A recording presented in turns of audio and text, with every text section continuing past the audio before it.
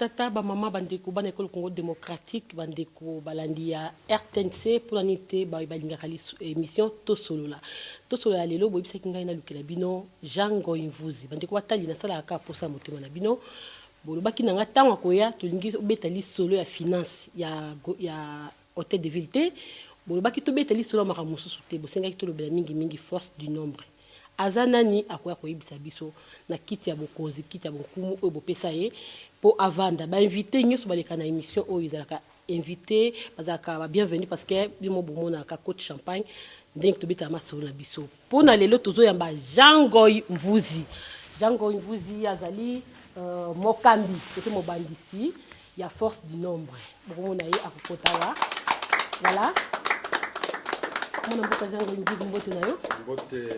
Bienvenue dans l'émission Nabiso. Merci. Voilà, tu vas dire, tu vas dans l'émission. Bolandi Nabokebi Penza, invité à l'élo, Jean Ngoyimvuzi, Azali ministre provincial, en charge de la finance et de l'économie. Mais Bolobaka, Diboso Abazouzi, Motunamuto Akomita Lisaka. Jean Ngoyimvuzi, Ola Tsabaimboka, Ozali Nani, Osala Kanini. Merci, mon Pandisango. Kombo nangai Jean Ngoyimvuzi nazali kinois congolais en 2018 nazalaki élu pour député provincial ya commune Masina na mois de juillet mokonzi ngo Bakishasa son excellence Jean-Tine Ngobilambaka sima masolo asepelaki kopesa ngai charge ya ministère ya finance na économie ngo Bakishasa ti mokolo malelo yango nde mosala o nazali ko sala. Jean Ngoyimvuzi kotala yo malamu elongi oyo babungi yango te na ba télévision ezali banda mboka to na ba internet monaka yo oyebisa biso force du nombre eza nini ozwa pe likanisa kokela ngo ndenge nini.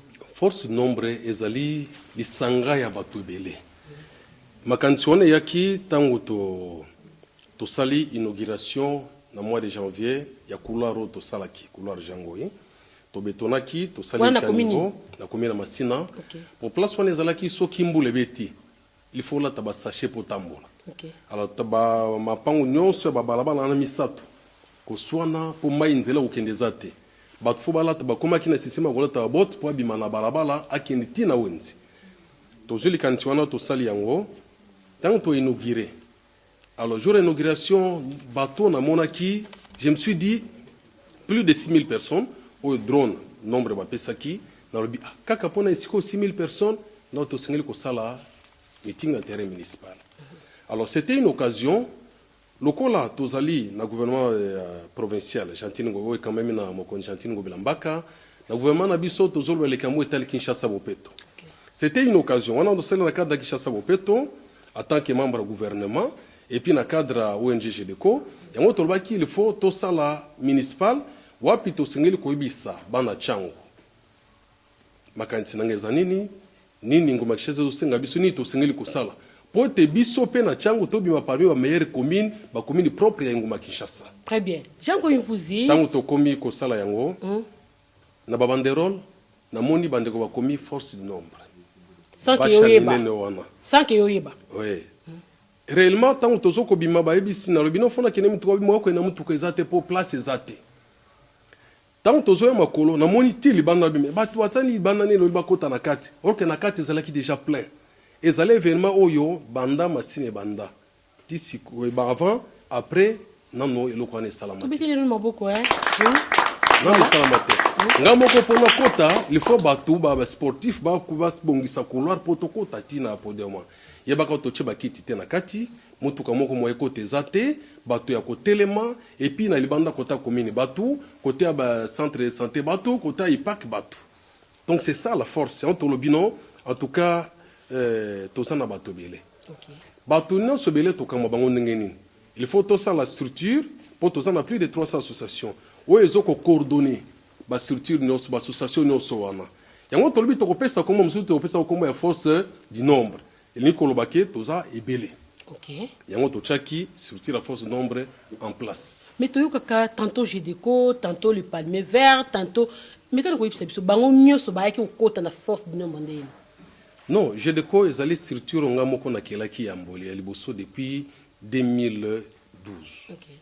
Na kelaki yango to bandaki pona ko sala ba salongo ko bongisa yango pe likanisi yango coïncide kaka na mokonzi na biso ngoma Kinshasa. Alors ya Kini Bopeto ba palmier ezali pe lisanga oyo ya bandeko basali babino je de côté no bato bazebele biso photo sala na cadre ko soutenir ba biloko do ça ba structure à liboso. OK. Ya liboso. Alors talaka ba structure phare ezali ya liboso wana tolobino soki tolobi que bango ba diriger poto bane ko diriger baninga to mona ka moi ba kokoso ezali tolobino totika chaque structure et continuer na makantina yango et continuer ko tambola so toluka bandeko basusu ba oyo baza bakolo baza na bwania po bayeba ndenge nini ya ko sala coordination ko kamba ba structure wana te mais ko sala coordination po so toza na activité o etalingai bango nde bato wengisa ba kambia ba structure no so wana o ya liboso na o msusu wana po tozali na GDECO toza na Palmier Vert objectif 2023 toza na ADECO donc toza na SOFEC eza ebele alors msusu wana bakisami yango tolobi parce que na kati ya Palmier Vert baza na ba cellule ebele GDECO baza na cellule ebele ADECO baza na cellule ebele SOFEC baza ba cellule ebele alors yango na photo zo bandeko bakolo baza na bwania po ba meka coordination soki activité za bango ba kubengisa bango ensemble to ba coordonner ni to singeli ko. Très bien, Django Mvuzi, force du nombre ezanga bureau, force du nombre eza association ya mallette, c'est-à-dire otambola nango, mais quand on kopisa biso bozangi bureau no boza force du nombre, boza belé ndenge wana, mais boza bureau tendene. Non, force du nombre d'être invité yo samedi oya ko vivre inauguration ya bureau ya force du nombre. OK. To zo ki ba place belé, ba place on a bandé ko sepela na yango te.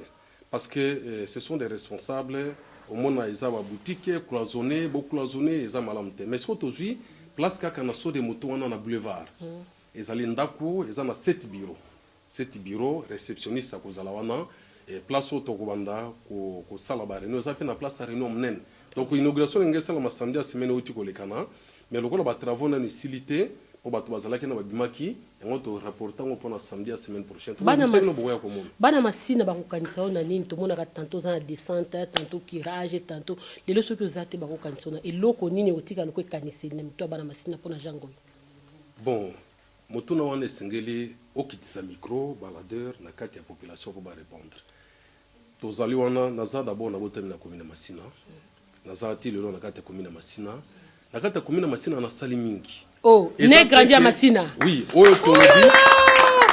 Ezate ke na ye ko ko konzo kimite. Ozaka kana. Place okutu nazo ko vanda. Ezalaki potopoto na longoli ba salite wana lelo to betone yango. Ba mama bateka kasoye na libonda kuna okuta mama bazo koteka. OK, na no ma campagne tende ba ni ba ko tozaka na kati ya Massina. Voilà. Dossier la bango misala bakirage misala batu ya bande kokota quartier Massina quartier 4 hein tout le monde ki ba olela soki mbule beti ba perda ki biloko na bango bandako osani pona bango. Bon na makoki oyo nazo kozwa na fonction na zana yango to sali mingi pona commune Massina to tongi ba pont le plus grand travail o lelo na ko betela tolo na yo moko na fond propre jango ya ndako na ye yanga yimoko to pe nguma kisasa yanga yimoko oyo nguma kisasa zo sala ezali pona projet oyo ba député provincial ba kotisi gouvernement provincial exécuté yango wana eza yanga te en tant que l'état to sene ko sala oyo ngamoko na sala makoki nanga le plus grand travail na koki lelo yo epesanga sengoti lelo za curage mai soko tambo lelo mai batu wana ba msuba déserta bakima bandako msusu ba fenêtre ndé comme ba porte mais lelo banda to curé mai wana to kiti na 3 mètres to fongoli mai batu bazongi ba mutakomi soki po olongwe marché liberté po koma na BKTF na commission communale okati si mai wana batu akan 15 bazaso na posa okoma tina route BKTF te à partir ba pesa okutu la route Jangoy. Lelo ya mai azo kitati kuna masi. Oh là là, bande ko batandi le commentaire parce na moni mutongo anga ko maya za journaliste ngana za na invité na ye mais to ke ne malembi. Django Mvuzi o lekawa banderole Django Mvuzi o balukawa Django Mvuzi o lukani. Finalement o lukani. Tozo ko luka ezali likanisi ya mokonzi na biso ya CP. OK. Jantiningo Bila mbaka. Oyo azali le formateur azotinda biso mutomte ba kozala leader parce que ACP ezali lisanga ba leader ya solo wana lisanga ba leader tango za leader no sofa zala na batu na sima na ye tellement biso tozali ngana zali na force nombre toza partout soko tali na sima cordon yeyo tozali na ye cordon national okay. Tozali pe na représentant ya Congo ACP tozali na représentant makala ACP soki tolobi na ngali mabazali partout bazali yango nous avons en place no soana o tozo ko installer ezali force nombre pour na kopesa so force makasi na tinete ACP ezwa majorité nanguma kishasa tina niveau national tout monde qui na sortie officielle ACP to ebité balobi ya kisu na 1000 soki 3000 to 4000 finalement masi nango za yo ba politicien muso bazakuna te non to yaki na 32000 personnes o bazali na sima na yo ba oyo biso na force nombre ko muzai 32000 personnes toza une structure le soko lobi que toza na poste 10000 personnes même à l'improviste bakoya ndebo bimile loyo kambala moko na mo bokomi belé bokomi botoni ba moko mais yo moko to moni place ko ezali mot d'ordre to peloni non ezali volonté wana toza na ngo ya ko sala force bokomi loko impère non esa impère ezala ki parti état mais biso toza parti état te biso tozali une force na kati une grande force ezali ACP jango imvuzi soki lelo telemi olobeli bana masina ozasi ba oyo kayo kuluna kuzanga lotiliki kuzanga mai ndela kotambwa lelo so leader na bango jango imvuzi telemi abengi alobi ekota partout na kitaka anguma ezalaka toujours batu bayokaka okay batu bayokaka pona weteli lotiliki na makoki na biso tomeki déjà kotia au moins plus de 60 lampadaires na quartier D mapena na quartier 3 ba place ezaki ba kuluna bazalaka toche yango mai eza problème national lampadaire on eza ba panneau solaire okay alors mai eza tozo ko sala eza problème ya gouvernement baye ba kondeni basengeli ko bongisa pour que batu baye ba kozwa mai okay biso en tant que ba béli du peuple tozo ko sala o to sengeli ko sala pour ko soulager tant soit peu souffrance ya to beteli solo fara to beteli solo ko sangisa ba notable ya masina mais mo confusion ezali to lingi beteli solo lisolo sima totuna mutuna ozu idea osangisa bango ndeni ba mikolo ba papa bat ba umeli na masina oko bengaka bango boyaka ba epa na yo bosolola likanisi wana ezani ni ozape ko lukani na sima nango bon likanisi wana tant vanda ki na coordination force nombre parce que ba doléance eza ebele bato ebele bazana posa tokuta bakuta nanga mais temps ezalaka te moni misala tozana yango ozo obligé bima na tongo po ezali ko dépendre na vie yango makishasa kozonga yere ebanaka te yango na tosolaki na coordination tolobi tokosala nini tobengisa likanisi bosolaki tobengisa bango nyonso dans une rencontre mais tolobi te wana bato bakozala na ngonga ko s'exprimer te tobengisa par grand quartier quartier 1 quartier 2 quartier 3 quartier 4 na quartier 5 eloko tosalaki yango wana toponi ba grand notable ba ancien ba papa ba ye nazoyamba bango ba umeni mingi na masina ba kolo nyonso wana pona respect na bango na barte mais pas na ngamoko très bien ezalaki sous forme buffet to yambi bango cordon à introduire ngana lobby soki na sisi koloba ba pesi bango maloba bato ba poser ba question na bango oyo kape posa na bango ba s'exprimer ba poser ba question etali nguma kishasa ba poser ba question etali komina masina to répondre na nyonso et sengo nanga ezali na ba rencontre nyonso wana tilelo beko ezali to sangisa ki quartier 3 na sinama na si forko mais si forko bazoko se plaindre bango bako senga samo quartier 3 te yango to lobaki pona bango to sala ngo dimanche le 28 en tout cas l'écho c'est très positif. Et pourquoi to ndeto ki osangisi quartier 1 habitabi quartier 3 na si forko po anite okabula ki bango mutuna na mukolo na olinga osangisa bango c'est pourquoi parce que ba difficulté à quartier 1 et ba difficulté à batabité po ni to kabola ki bango non to telela ki problème ya ngonga malgré tout to sangisa ki na chaque quartier administratif ezala ba réalité na yango so to lobaki total ali kama quartier administratif to zana 21 na masina elingi ko simbate alors sikoyo na chaque coin to ko responsabiliser batu ala bakoya ba problème na bango lokola bureau ezali à force nombre bakoya na bakaye de charge na bango sta dokola to silisi so to silisi ko yamba siforko nde to bengisa une grande réunion ya batu nyonso to yambaki une fois pour toutes makamu nyonso to solaki to sala sous forme bakaye de charge pour na bola ma commune na biso masina très bien pour na bola ma commune na masina bandi ko batali beaucoup la na wana Jango Imvuzi azali ministre provincial ya finance et économie mais aye awa lokola mokambi ya force du nombre oyo boyo ki ya ko beteli so nango mona mboka Jango Imvuzi likamba forage bana masina ba olela passe ya mai to ka ki obandeli misala forage esuki na nzela te suki na nzela te forage salamaki etikali bacha citerne samedi oyo avant tokende koinaugure bureau force nombre tobana liboso koinaugure forage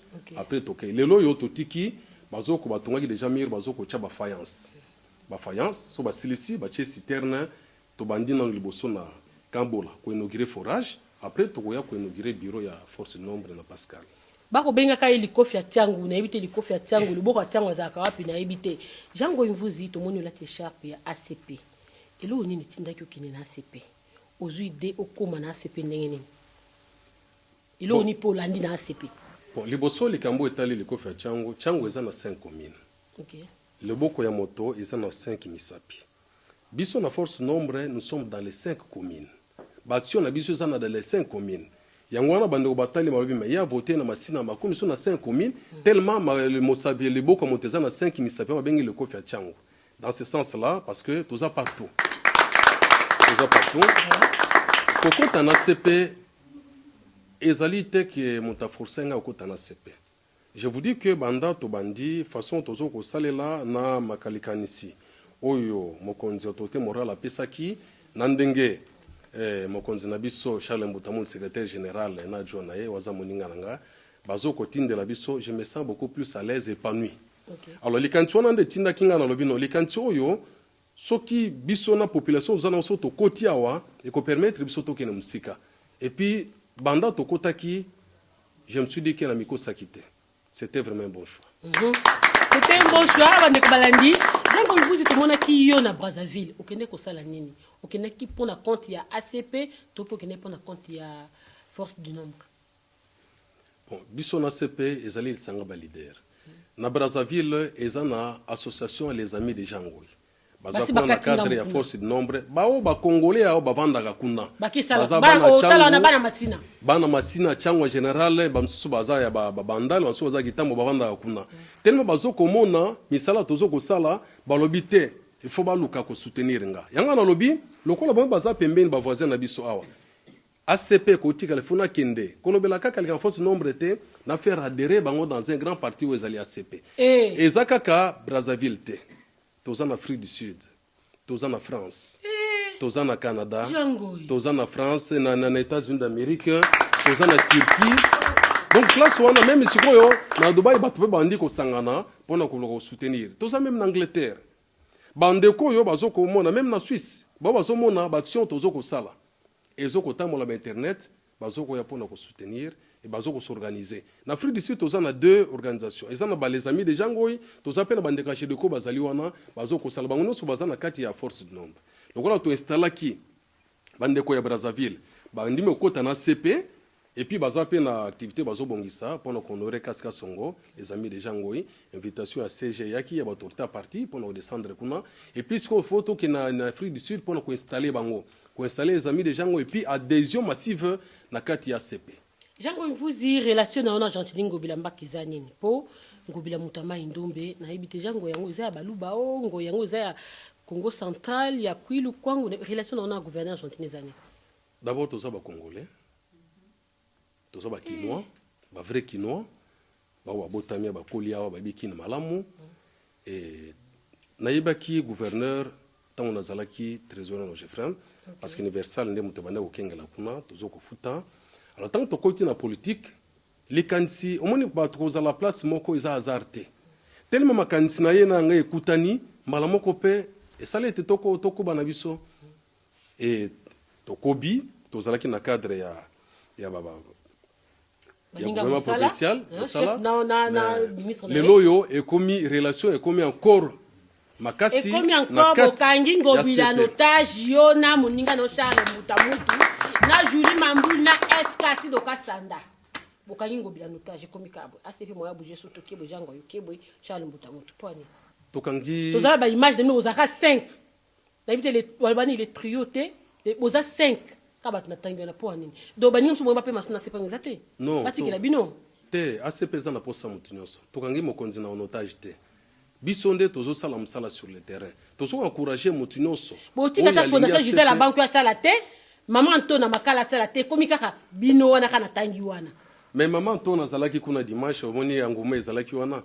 Donc c'est la première fois, moi si hasta la plein d'engona na. C'est la plus grande salle à Makala. Tu me dis quand même à beaucoup. C'est la plus grande salle à Makala. Donc biso, le long na uti ko zalana ndenge mo na bureau, azaya changu te, mais je l'encourage. To solo lina moninga na ngase to lobino, il faut to chema boko parce que biso to za égoïste te na CP. Souci na biso sa mutino sa sala nini amata. C'est ça, ma anticiper biso za na kata force de nombre. OK. Ndenge CG alobaka tonga ezolanda singa. Très bien. Donc tonga na biso ezali gentil biso za basinga to zolanda na singa. Très bien. Donc vous allez to ba to ba makambo ya finance ya nité parce que ba question na tout na o ezande bande ko batali ba téléspectateurs ndé batunaki. Lokolo ozali moko ya kati ya gouvernement chancellerie Ngobila misala ya Ngobila na Kinshasa oyo. Omona ekinendeni ezokende boye to pe boye. Maman banda tozo ba gouverner na Ngoma Kinshasa plus de 30. Oyo dans 3 ans son excellence. Ozo ba lokwa kinoa ozo ba te po sala na ye. Ozo ba lokola kinoa. Ko caméra no yango ba to ba tala yo. Ozo ba lokola kinoa. Nazo ba lokola kinoa. Eza kinoa te ke mutauti ayete kinoa to botama to Kinshasa malam. Très bien. Parce que tobeta pe makolo yer moko ra iti barumbu tobeta makolo aussi yer wana c'est série à Sotraz. O foti na yoka abonnement o kimi classe obetu no batour tina ba iniki no beti batour tina gitambo ba train zo sala obeta pe batour to ye na gare centrale na train o zuno ka gitambo essentiel ko mo na ka gitambo to Kinshasa malam banda Kinshasa et salema gouverneur oyo azo sala misala ba chantier batité mais na chantier non bâti ezali gouvernement son excellence Gentil Ngobila Mbaka. OK. Donc Tito comme on a fait un mandat l'année prochaine beaucoup moins de réalisation pour bongolo pour nzele lenge sa otoko ka tantôt ya gouvernement central tantôt ya provincial to éviter. Non, on eza na charge ya province. OK. Eza na gouvernement provincial. Mais le quoi gouvernement provincial a sali yango ezoko tan actif ya mokonzi tata mokonzi ekolo. Parce que biso nyonso na gouvernement provincial tozoko sala la likanisi. Il y a numéro 1 ya ekolo na biso Congo. Okay. Parce que yene mutapesi coup d'envoi alors biso tozoko landa likanisi na ye. Parce que nous sommes tous zoko tana bilan tata mokonzi ekolo ce n'est que normal to sala yango. Jango imfuzi tiango ezaka kama sinate. Kimbanze keza tiango nseleza tiango na ebite yo suki na place nini. Misala na yo suki na communica quartier 1 2 3 tina 5 to pour ko takapenda ma commune ya Kimbanze. To ko taka partout. Na Kimbanseke na tonga marché. Baninga mal à l'aise. Na Kimbanseke tozo baninga mal à l'aise. Tozo baninga mal à l'aise te. Parce que na force nombre toza partout. Bandeko baza kuna bazo comme ba structure baza na GDECO baza na Palme Vert ils ont des ambitions à postuler. Tem baza na ambition à postuler, il faut to apprêter bango mais forte. Parce que pas na biso eza les problèmes il y a le plus grand nombre. C'est ça on to bing force du nombre. Zala zanga mbongo zala na bato. Zanga mbongo zala na bato abi azali moto ya bato. Est-ce que le quoi baza pe bilé beaucoup na ka ba décès difficulté ne kuta nango bando zwa mukuma ko kamba force du nombre parce que ba masangi za bilé. To ba teke to za kana bisengo to na moment passe. Côté bo matanga côté maladie côté osaka ndeni. Et comme na moment ko bi malamu kutina tika ko za la président force du nombre. Bon, il faut les cabo nzamba pesio po ba ko sala so kite za facilité. OK. Eza facilité tokutana kana baka ba famille tellement passe eza makasi okuti mutu mususu vraiment mutakufi asali 30 jours mbongo serke ezate ya nini ezate na manda ko malili kala mingi te poso utuko leka tuko kuna mama mona Kimbanseke asali 3 jours banda kufa na ndako mbongo ko mimana sim na morgue ina ezate alors tant baye total na kodo to sala ni to responsabiliser moko na biso azala kuna parce que force de nombre na kata force de nombre eza batamasina te batamanjil bazali Kimbanseke baza sele bazali na ba commune mususu pe ya Kinshasa bazali to tindi bake okunda mama wana déjà bakamo ko tokuta na kana yango il faut avoir un cœur pour nous supporter. Très bien. Tous les jours nous avons de lundi à dimanche vous avez problème sur problème. Alors to kima charge wana te parce que ton dimanche ko zala na kata population yango tozo ko s'assumer. Eloko ni ko kanisa mo kambia force du nombre ko kanisa pona bilenge ya chango pour masina wana ezaki kuluna nde likambo ozana idi mo ta osala bango mwa association mo ba jeune en dehors ya ba tout monde na Palme Vert ba jeune bazali na ba association na yo na ba objectif 2023 au tout monde papa kikaza wana oko kanisa nini ko sala bilenge mo lisanga mo pona kotika kuluna. Pour chango yeba masina yeba na kasha mabe na makama kuluna.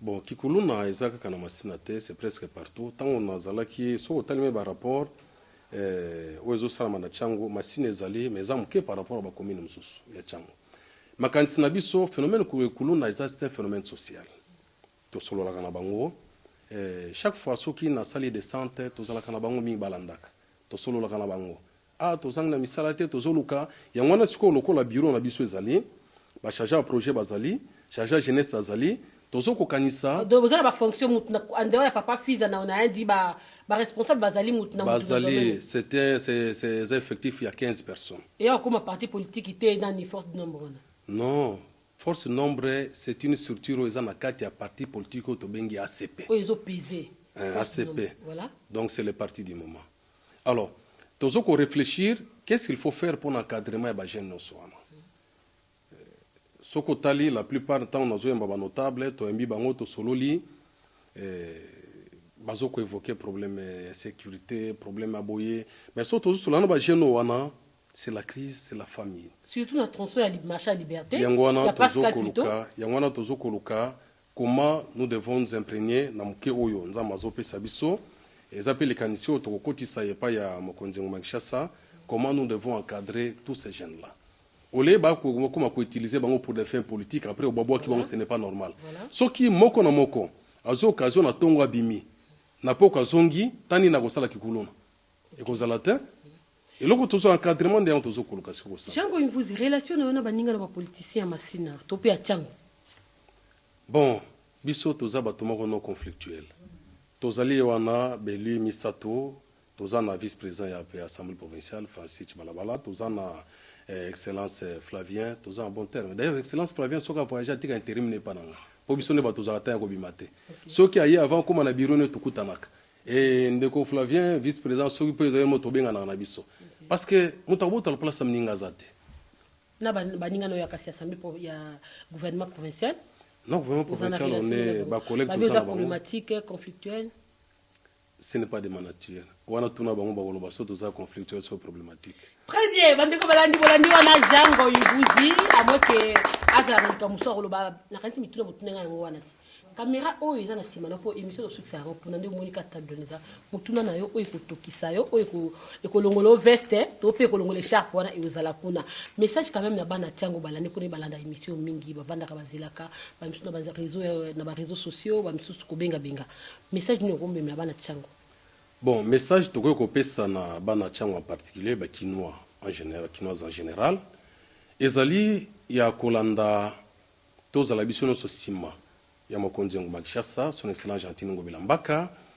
Alors na makanti waza nango Kishasa bopeto pour que Kishasa na biso zonga ndenge ezalaka liboso Kishasa bosoto ezali po tozo kombola tozo sala nyonso esika bokomboli bosoto ezongi civisme wana ezonga na kati na biso pour permettre biso to ba kosala mosala moto singeli kosakite na devoir na ye. Alors yo etali kimia na bana Tchango kino pa général kimia batumso ba kotsa ngote biso moko nous devons nous prendre en charge. Kinshasa, c'est notre affaire. Kinshasa, c'est notre affaire. Tchango, c'est notre affaire. C'est la raison pour laquelle Tolobi attaque au Tobimi, tous qui responsabilité, Togolongwate, Tozaka Kawana. Pour que tu vivre les difficultés, Bana Masina, Bana Tchango, Bakino, Bazo vivre et permettre Bisoto Banamuke, Tozozoa, quelle sera notre contribution pour nous soulager tant soit peu la souffrance. Tobi que souffrance, c'est aussi la tête. Mais Kolembisango Muke. OK. Na makoki na mangandambo tozana yango.